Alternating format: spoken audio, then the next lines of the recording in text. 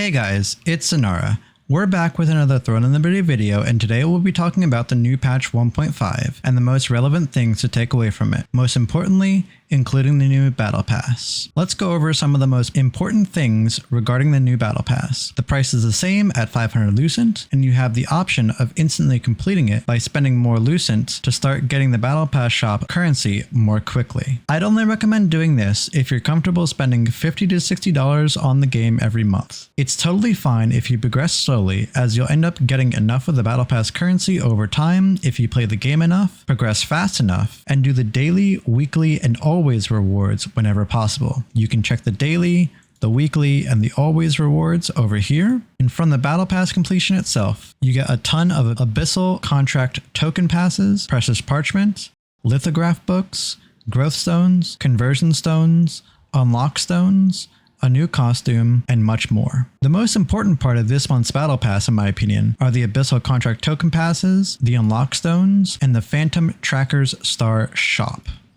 The shop offers all of these items and vouchers you see here.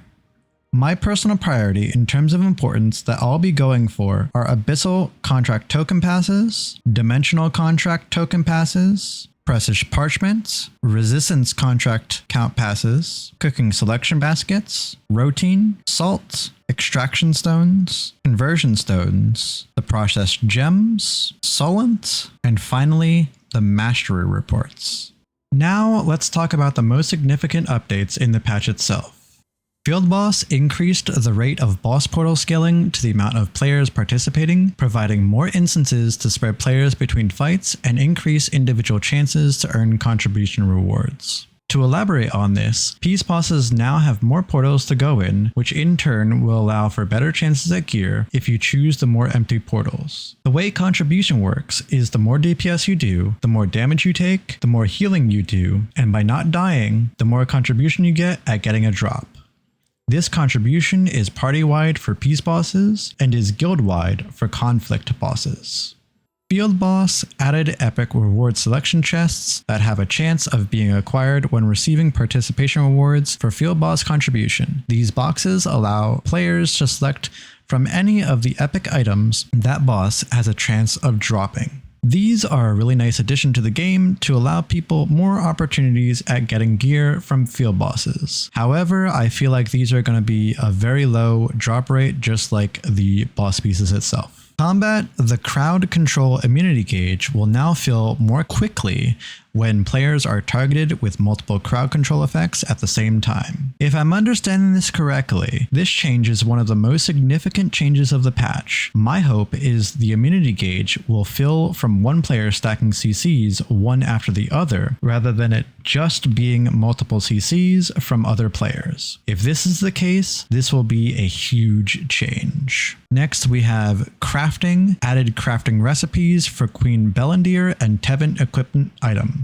This is another nice addition to the game, which will essentially allow you to eventually pity craft an arc boss weapon over time if you continually get unlucky on obtaining a raw drop from the boss itself. Then we have Dynamic Events, Requiem of Light, Festival of Fire. Completing the final tier of these events should now grant personal completion rewards. This is another big change for patch 1.5. I can confirm that Requiem of Light is indeed fixed, and completing the event all the way through awards the proper rewards. It was bugged since it came out on global, where if you completed the event, you wouldn't get any rewards. If you stopped at stage 3, you'd get partial rewards. Now that it's fixed, you can expect to get all the proper rewards as intended and don't have to worry about other players completing it. Health bars, character health bars, now display the amount of shielding granted by skills. This is another nice addition to the game. Now it's more easy to see how much you're shielded for, party members and enemies alike. Lastly, we have targeting, slightly increase the size of the UI indicator for currently selected targets. They say slightly, but in my opinion, the target indicator size was increased pretty considerably and is a very nice change, as it's very obvious on where your target is compared to before.